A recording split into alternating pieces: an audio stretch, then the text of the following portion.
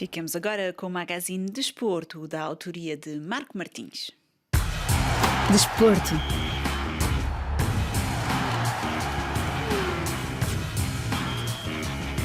O Mundial de Futsal decorre de 12 de setembro a 3 de outubro de 2021 na Lituânia.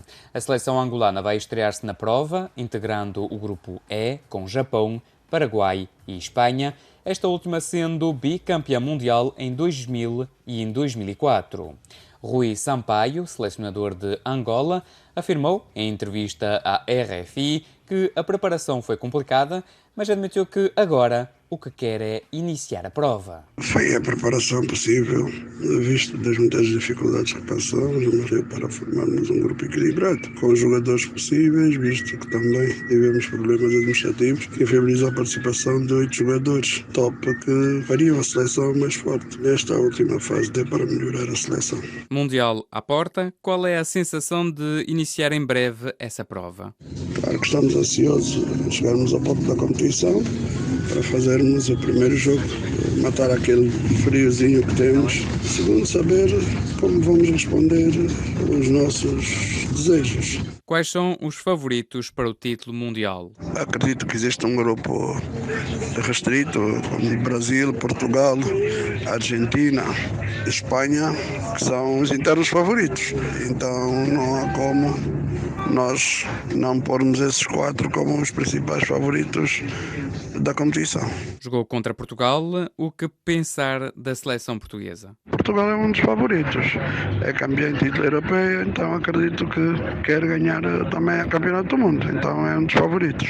E o Brasil continua a ser o grande favorito ou já não é exclusivamente o Brasil o grande favorito destas provas?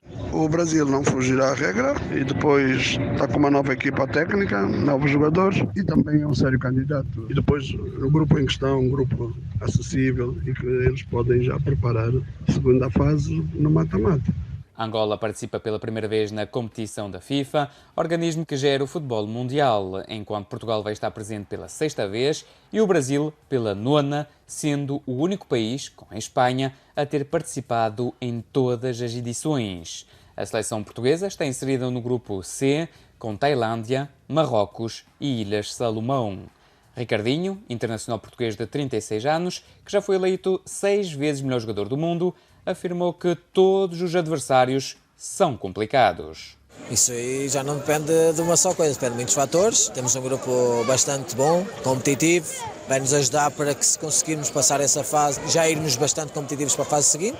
E eu acho que temos um grupo de jogadores fantásticos na seleção. Marrocos, Tailândia, Ilhas Salomão. Se olharmos para resultados é muito simples. Se olharmos para resultados ultimamente, os 2 jogos que temos com o Marrocos empatámos, um deles acho que ganhámos por 1. E Tailândia, antes de irmos para o Europeu, empatámos os 2, por isso. Coisas fáceis não são. As Ilhas Salomão, sim, que são uma seleção que ainda está em progressão, ainda está em crescimento, mas para estarem no Mundial tiveram que eliminar alguém, né? Obviamente não é das seleções mais fortes, mas Marrocos é uma seleção muito competitiva, uma seleção muito bem treinada, uma seleção com jogadores de muita qualidade, e Tailândia as pessoas menosprezam porque não conhecem, não é da Europa, né?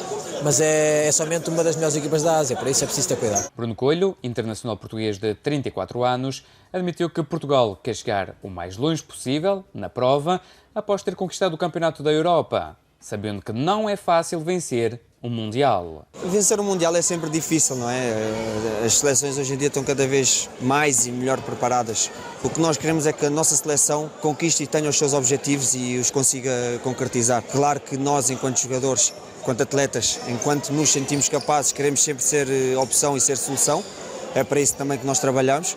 Mas nem quero pensar, nem consigo pensar que pode ser o último ou o antepenúltimo. Quero é desfrutar, porque o Mundial é uma competição diferente, é uma competição em tão curto espaço de tempo, mas que acaba por ser longo, porque acaba por ser 2 meses, um de preparação mais um de competição, se chegarmos à fase final, em que queremos estar presentes. Por isso queremos estar melhor preparados para conseguirmos os nossos objetivos. Ilhas Salomão, Tailândia e Marrocos. Nós não podemos olhar para as bandeiras, não é? Isto hoje em dia não são as bandeiras que jogam, mas sim os jogadores. A bola quando rola é completamente diferente.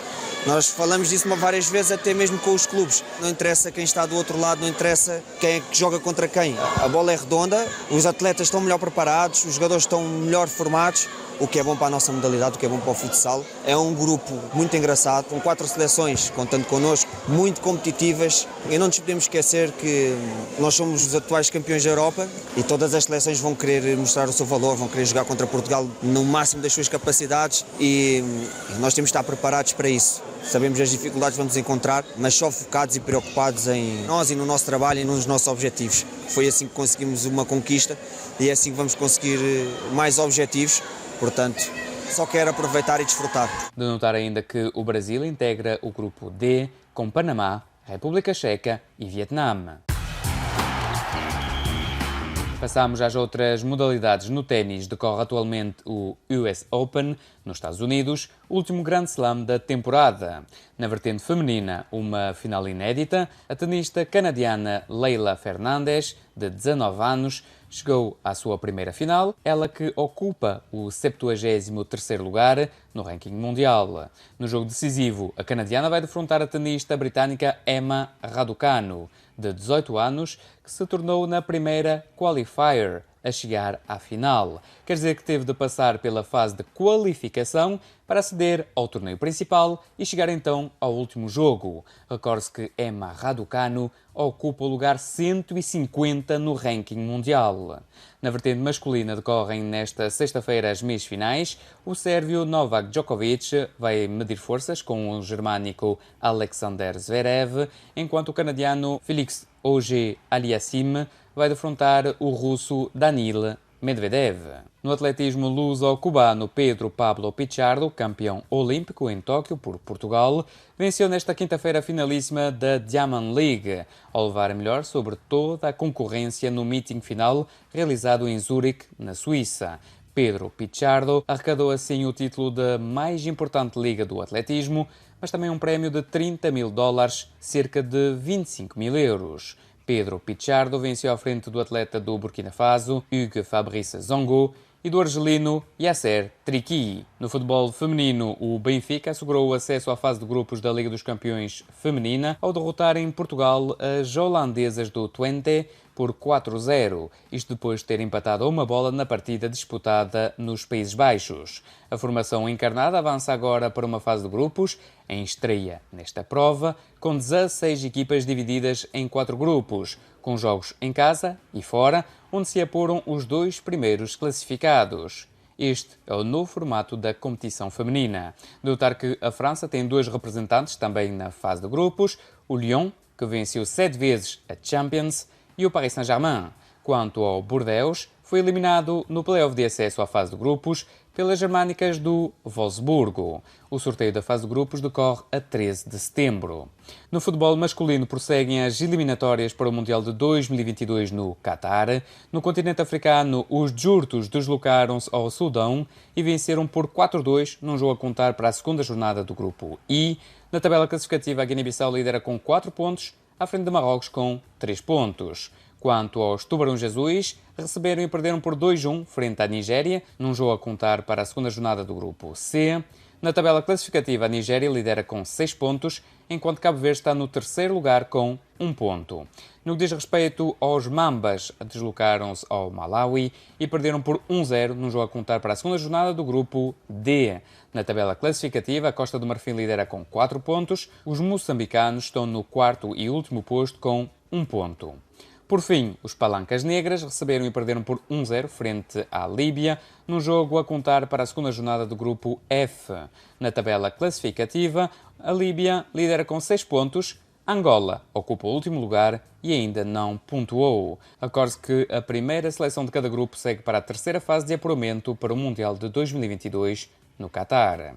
No continente europeu, a seleção francesa venceu por 2-0 a Finlândia. Os franceses lideram o grupo D com 12 pontos após 6 jogos realizados, quanto à seleção portuguesa venceu por 3-0 na deslocação ao Azerbaijão. Portugal lidera o grupo A com 13 pontos após 5 jogos realizados. No continente sul-americano, a seleção brasileira derrotou por 2-0 o Peru, enquanto a Argentina venceu por 3-0 a Bolívia com 3 golos do avançado parisiense Lionel Messi. Na tabela classificativa, o Brasil, com 8 triunfos em 8 jogos, tem 24 pontos, enquanto os argentinos seguem na segunda posição com 18. É o ponto final neste Magazine de Desporto. Até breve!